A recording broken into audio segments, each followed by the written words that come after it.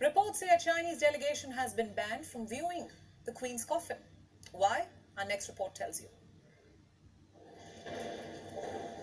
These images are from Westminster Hall.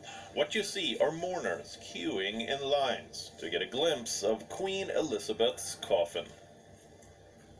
The lines stretch for tens of miles, with thousands waiting for hours at stretch. On Friday, the crowds grew so big that the queue had to be halted for 6 hours.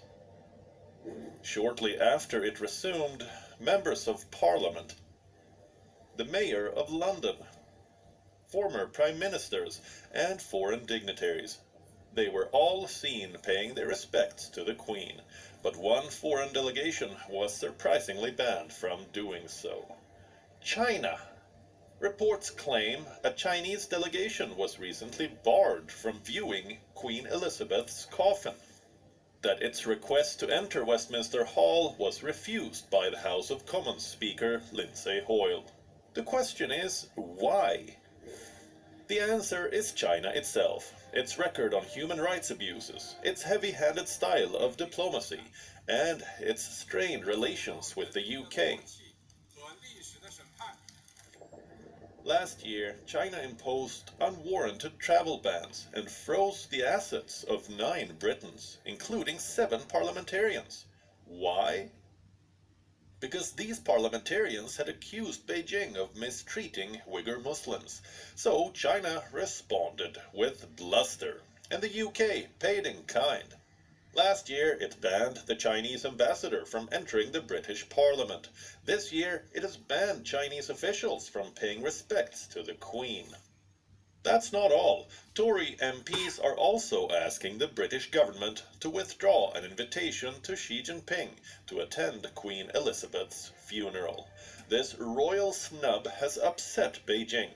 It's reminding the British about protocol, asking them to treat all guests properly. Foreign delegations participating in the event upon invitation from the United Kingdom is a sign of respect to the Queen and the importance accorded to the United Kingdom. As the host, the United Kingdom should uphold diplomatic protocols and proper manners to guests. Britain's attitude towards China is likely to harden in the months ahead. The new British Prime Minister, Liz Truss, has already vowed to be more hawkish towards Beijing. And for whatever it's worth, the new British monarch is also not too fond of China. In 2015, he conspicuously skipped a state banquet for the Chinese president. In 2008, he boycotted the Beijing Olympics, citing his support for Tibet. In 2005, he missed another state banquet for Chinese President Hu Jintao. And in 1997, right after Hong Kong's handover to Beijing, Charles described Chinese leaders as appalling old waxworks. It's hard to say if he will soften his stance as the monarch, but his disdain for the Chinese leadership is well